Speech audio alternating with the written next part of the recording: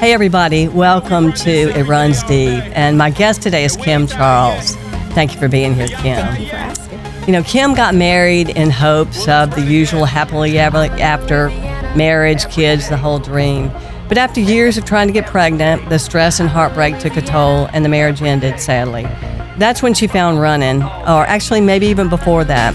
She told a running buddy of hers that it was time to make new friends and had seen Varsity running around the lakes and says that was who she was going to make friends with. And little did she know that we would become lifelong friends and even family. I mean, I've been to your wedding and, you know, you've been in so many personal days in my life. But these days for Kim, life looks really different. She married her high school sweetheart, has kids, grandkids, and it's really been a journey. So let's talk about that journey.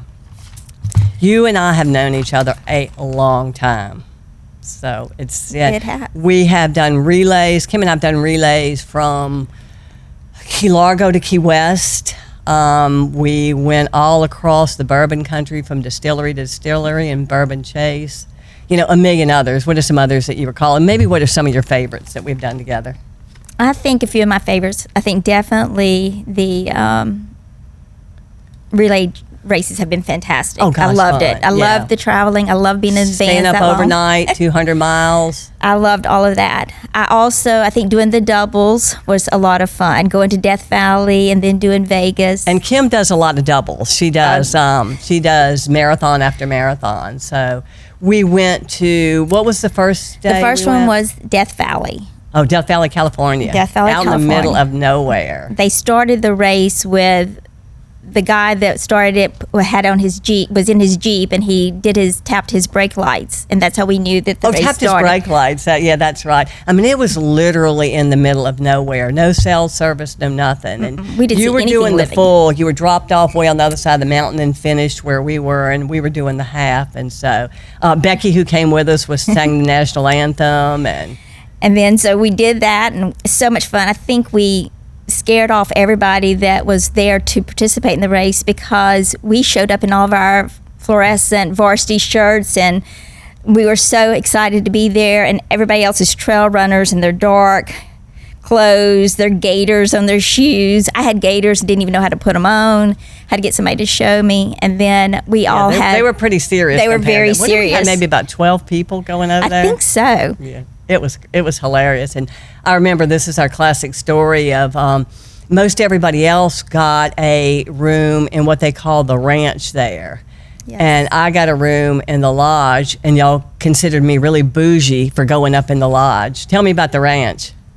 We dropped you off first. The bougie lodge. At the bougie lodge. And then, because then we had to drive down to the ranch, and it might have been the worst place I've ever stayed. I mean, the doors had cracks around them. There was spiders, hairballs. It was so nasty. Well, we go up to the lodge to meet you for supper, and we start telling you about it, and literally you had tears in your eyes. You were laughing so hard. And you're like, could y'all not afford better? And we were like, oh my gosh. Really, the bougie lodge was a kind of difference between how many spiders. It wasn't all that bougie, but it was a great joke for us. It was a good story, though. I mean, and we laughed. And Becky and I still talk about that. Every hotel we go to, we're like, okay, it's better than Death Valley. It's better than Death Valley. We're good. And then we went the next day to Las Vegas, which was a contrast in styles in terms of hotel rooms. Very. That was a lot of fun. It was so windy. But we had so much fun. I love traveling in groups. I love traveling around the room. You know, we usually stay we get a big house and we'll all stay together for the marathons. Yeah, like at Bourbon, Bourbon Chase. That was huge house. It was huge. It was so much fun. That's what makes the trips. Yeah, it's so great, the friendships that we've had, which, let's talk a little bit about that. But first of all, you've always been athletic. I think your sport was, believe it or not, basketball? Basketball. I don't know whether I would describe myself athletic. I love sports. Oh, yeah. I love being active. Kim and I are in the same fantasy football league, so we love our sports. We do. My team hasn't done so well, but that's okay. I'm a couple times champion, so. Yeah, not me, not yet. It'll happen. But anyway, basketball in Myra, Louisiana. Well, I grew up in Myra, but Myra is not even incorporated. So I traveled into Shreveport, which is ironically 26.2 miles from my house to the high school I went to. My mother clocked it to see. That is incredible. Once I started running marathons. But I went to high school at Trinity Heights Christian Academy, and we, leased the ball, small private schools and stuff, and I played basketball. Did you ever play with Kim Mulkey? Was she in the circuit then, or was she a little older She was than a little you? older than me, and so I always went to Louisiana Tech for basketball camp because my basketball coach was real good friends with Larry Walmart and stuff, and so we would go there. So my last year at camp, I loved Jennifer White, who was the basketball, the guard, the starter at Tech, and they brought Kim Mulkey in, and it was very much shown, her and her presence made a big difference. And then I watched her all through college because I went to Northeast or ULM. So a basketball player at heart. I loved basketball. I love sports. Well. So how did we meet? Tell me about when we met and how that kind of occurred. We met, like you had said in the opening. I was newly separated and had begun to run, and I wanted a new family, new running community, because I'd been running with just some friends, and so I'd always seen Varsity running around the lakes and stuff, and so I told my friend Mary Raines, I said, I need new friends, and I'm not going to do this alone, so you're going with me. And we started going to a few of the runs, and everything it felt good. The people were so encouraging. I was very slow, and I can remember it made such a big difference. I remember seeing Ron Green, Sam Amoroso. They would always go out, and on their way back, they always had a smile on their face, and they would always do encouraging words to us that were at the back of the pack, and that it was wonderful. And we'll talk about some of the friends that you made, but it wasn't always easy before you met us, and I know you and I have talked about this, but I think this is important for people in this position to see. You were married, as we said, and you were trying to get pregnant with expectation of, building a family. That had to have been tough. It was hard. My dream was always to have a family, and so we'd been trying to have children and had not been successful and had done a lot of fertility treatments and stuff. And then we finally decided to do an egg donor. And I struggled with that very much because I felt like that was playing too much God. How long did you do the fertility treatment? Was it like a long, drawn-out process? It was very long. We probably did it about 6 years, hardcore 6 years. 6 years. In vitro, traveling, and all, Heartbreaking. Very heartbreaking, very... Do you get excited at some points in time? Are there a lot of highs and lows in that? I don't think so. I think for me, it was always a struggle, because you never wanted to get your hopes up. There was no reason. We were never given a reason as to why we couldn't have children. Oh, interesting. And so I think I clung to the hope of having children because there was no reason given. There wasn't a specific problem. And so that's why I had met a wonderful fertility doctor in Maryland, and I had gone there for treatment, and they had recommended the egg donor. And I had talked to our preacher here, Chris Andrews. And Chris, one of my favorite people in the world. Oh, he was wonderful in talking to us about it and stuff. And my nurse, in between the nurse I had there and stuff, talking if I needed a heart transplant, I would do a heart transplant, or I'd do a kidney transplant. And that's how they looked at it. Oh, interesting. And it made a huge difference. And but I didn't want to select the egg donor, and so my nurse there narrowed it down to 3 or 4. And so I had been walking What during this time. criteria did your nurse have? Do you know? She had talked to both of us and what were important qualities to us. Okay. And we kind of about our looks, wanted what we looked like, but we wanted also somebody, with intelligence, somebody that. I wanted someone that already had children, so they knew, what to expect, and it wouldn't, they knew what they would be giving us. Yeah. And so she narrowed it down, and the lady that we ended up choosing was a runner. And her letter just touched me in so many ways. One of them was that she loved all the things about being a mother, but getting up at night and bonding with her child while feeding at night, she couldn't imagine another woman not having that. But she was a runner, and she ran 5 days a week. And so that is what got me seriously running consistently. Oh, that's really a touching story. And so once I started doing it consistently, I just fell in love. I really and truly did. And I had run before. I had done a marathon before. Oh, had you really? I had done a marathon with my fertility nurse, the one that I had here. And it was funny because we did Disney. We were supposed to do Hawaii, but 9/11 happened. And they gave us a chance to change because we didn't know at the time whether we'd be able to fly, what was going to be going. So I changed it from Hawaii to Disney. And I fell in love. And I think she might be running again now, but she hated it. And I just fell in love with it. My mother framed everything thinking that I would be one and done. And I just kept going. And that was in 2002. Well, what happened with the sperm donor? Where did that go? Well, it was an egg donor. Egg donor. And we decided not to pursue it, that we had done enough, and we were struggling. And I think we just kind of went too deep. We grew apart during that time and decided that it was time for us to move on and would be better off not together. It's tough on the guys. You know how long runs and runners are. I was running several years ago with getting it from a guy's perspective. One of the guys I know. Right. And he said it was really hard on him because things became less romantic, really. You share everything on long runs. So you do. This was no surprise. So No. I should have thought about it, but when I could see how that would be tough. It's hard, I think I was really consumed, and I had a really hard time seeing how my life could go without children. I had a hard time imagining it, and he was, he felt like, we could have a life without kids and stuff, and I had a hard time with that. And so I think with that, we just grew apart. He really got busy with his work. Nothing ever horrible happened. It wasn't, I think that's why I was able to move on, and we both have moved on and are very happy in our relationships. And I grew a lot out of it. It changed me a good bit. I think I'm a lot more independent. Independent's a good word to describe you. I'm independent. I'm driven.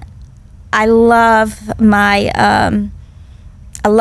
friends and my family here. They mean more than, as you know, because like I said, I had friends still, but when a marriage splits, your friends change. For sure. And so when I started running with y'all, I actually was training for my first Boston Marathon. And I never expected to become so involved in a group and for the people to mean so much to me. As I trained with y'all, I got ready to fly to Boston, and we had a varsity run party, and y'all had a cake. We had it at Steve's house on Acadian. And then that day of the marathon, the weather was horrendous. This was the first time they were thinking about canceling the race. And I started receiving text messages and phone calls from all of y'all checking on me. And I knew I had found my family here in Baton Rouge. And that's what kept me in Baton Rouge. You have a big family that absolutely loves you. And, and you've qualified for Boston how many times? Or run Boston. I shouldn't say qualified. I've run Boston 7 times. 7 times. Boy, a lot has changed over the years. It and has. you've gotten a lot of good friends through this. I mean, you and Becky, who we'll talk about in just a minute, you and Becky have traveled all over. And, you talk about first meeting Hannah for the first time. And, it's in Rose that from the Netherlands. You've got so many people that I can think of right off the top of my head that are, your family, your best friends that you met running. It is true. That is, my mom had a hard time when I chose to stay here instead of moving closer to them after we divorced. And I remember I brought her in to meet you because she just couldn't understand why was I not coming home earlier for Christmas. I said, I have a varsity party, or I have a varsity. Wonderful. And so I brought my mom in to meet you, and you came and you held her hand, and you were like, you just don't know what your daughter means to me. And we got in the car afterwards, and she started crying. Oh, Lord. And she was like, I always will understand. And I am so blessed because I do have a wonderful family, but then my friends here are definitely my family. I couldn't change or want to change anything because they have been there for me. I've been very, very lucky because I have a lot of couple friends. Because when I was divorced, I didn't have any friends that were single. And I think it just says so much for my friends because I never felt like the third or the fifth wheel. I enjoyed the husbands and the wives, and they were just wonderful. They are. They're independently wonderful, the people in this group. Very much so. It's hard to know. And you and Becky have established like a real interesting friendship because you've traveled all over. How did y'all ever kind of get together, I used to run with Becky's husband, Brad. And so I ran with a group of boys and loved it, enjoyed it. Daryl Beard, and they all tended, to complain a lot more and stuff. And one day, Becky ran with us. And her personality, Becky and I are very different in a lot of ways, and I think it just really works. She is very laid back, never really gets upset about anything. This is what we're doing, and we're doing it. And that day, she was like, I need the boys to stop complaining. Let's do it. And I was like, oh, my gosh, can I please run with you? Can I be your friend forever? Friend forever. I love you. And we have been running together and sharing in lots of adventures. And, we just got back from a week-long running trip. And tell everybody about that. It was 6 days. Y'all put 5 marathons, which is 26.2 miles in that time. So we're trying to do all 50 states, and we'd been on a good roll, and then we took kind of a break. Her kids were growing up. I got married and had 4 wonderful stepchildren, and I was busy. And so we kind of in the last couple of years decided, okay, let's get back to getting them. So we did 5 states, 5 marathons in 6 days. But you also, and I know that because I was on the sport team over in Brazos Bend, ran 100 miles in 25 hours, I believe. It was a little under 25 and a half. 25 and a half. Mm-hmm. I felt so unusual because I would go back to the hotel and sleep 6 or 7 hours, and y'all were running the whole time. I almost felt guilty to come out and say, yay, Kim, way to go, way to run all night. I've been sleeping. No, you were great. You dressed up in costume. Alligator yes, costume. You did. And there were a lot of alligators on that course. There was a lot of alligators on that course. We did our 100-miler there. It was, while ago when you asked me what were some of my favorite ones, it is probably one of my favorites. Incredible. I had all of my people with me. My husband was with me. I had you. I had Becky and I were running it. I had Hannah as one of my pacers. I had Jeff Swallow, another one of our close friends, one of my pacers. I had Mary in the tent helping me change every cycle. Everybody was just... And Susan Hayden, who's one of our favorites. And she dressed up as a raccoon. Yep. So I had so many wonderful people with me. I was doing what I loved. It was just fun. We had LSU playing football that night, and so everybody was giving us updates, and so it was just fun. It was a good time. It was a lot of fun. You guys have been incredible. But I want to talk a little bit about your new life with Clint Charles. You reunited with your high school sweetheart, and I actually think I sent Brandon a picture of that. So he'll include that. I remember when you first started talking to Clint, and this is talking in the traditional sense, not the today's sense of talking. And you said, I want y'all to meet him. I'm going to take this slow, and I want him to know that running is a big part of my life. And I felt like he was almost auditioning for each one of your running friends. I don't know if he felt that way. He knew that, this is like my family. And so he knew how important y'all all were to me. And so he knew that was part of the deal, and he is wonderful. He never meets a stranger. He is wonderful. He's one of my favorite people in life. So his audition went really, really well. It did. He loved everybody, and it was funny because then we did the Happy's 5K, and I brought all the kids came out to do it, and because he wanted them to meet all of my friends, and I think Victoria was like, I cannot believe I'm doing the 5K. But they loved it, and they enjoyed. And you got William running from, running in school. So that's fantastic. He's a fantastic runner, but none of them enjoy running like I do. But they are good sports. They did it for me. They did. Loved their Kim, and they did a lot for you. They did. But it was important for him to meet everybody, and because I wanted him to feel welcomed, and I wanted them to all know him before anything, progressed. And things are good, huh? Things are fantastic.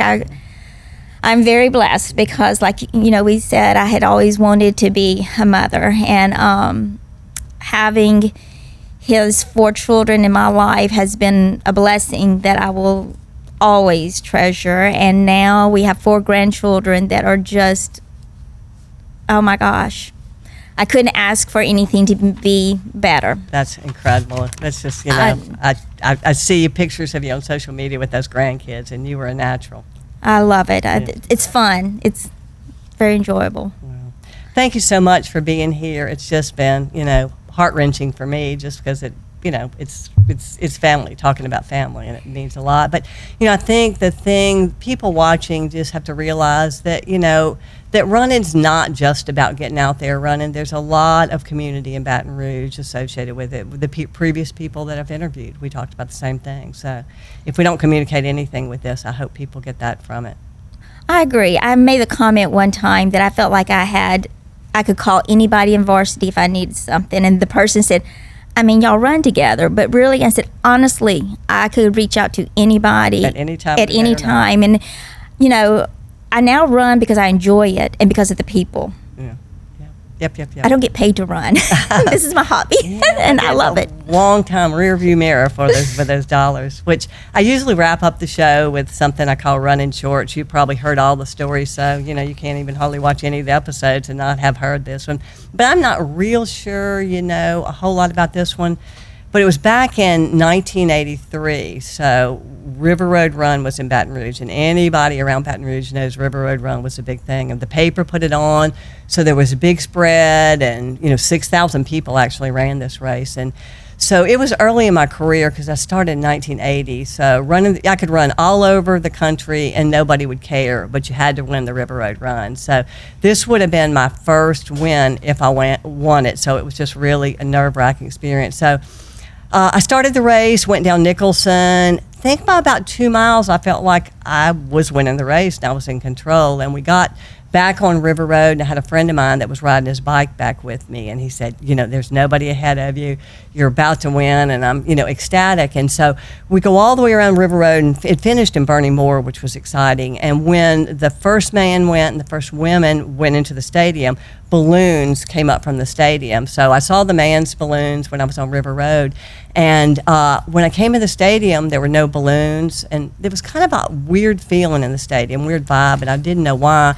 So I finished thinking I was ecstatic, but come to find out, somebody had got on the course at 5 miles, another woman, and had only run the last mile and had crossed the finish line ahead of me, probably like about 3 minutes ahead of me, kind of not a real credible time for a local runner at that time. So it was just a real unusual thing because she was awarded the victory then, but after a lot of deliberations, it was determined that she didn't win the race, that she had gotten in on Astor Street at River Road. There was somebody that called me at home and said, you don't know me, but let me tell you about this woman I thought was odd hanging around Astor Street. And the odd thing is, Kim, she was a lovely woman, a PE teacher here in town, was in a friend of mine's wedding, and you just wonder why that happened. Ultimately, I was awarded the Silver Bowls on Monday, and was I disappointed? Well, I can't say that I was. I mean, Baton Rouge would have been happy for me to win the River Road Run the first time, but when you have that kind of controversy, it elevates conversation to a whole new level. So if I have a name in Baton Rouge, that's probably the reason why. And the lesson that I learned from this, and it's probably an easy one, that, winning is not about how you finish. It's really about doing it fairly. It's about being fair because, if you don't work for it, it's really not worth anything to any of us. So, that's true. Thank you for being here. I really Thank you for appreciate asking me. Appreciate your friendship. I Thanks, Trust everybody. Till next time, run hard, live easy.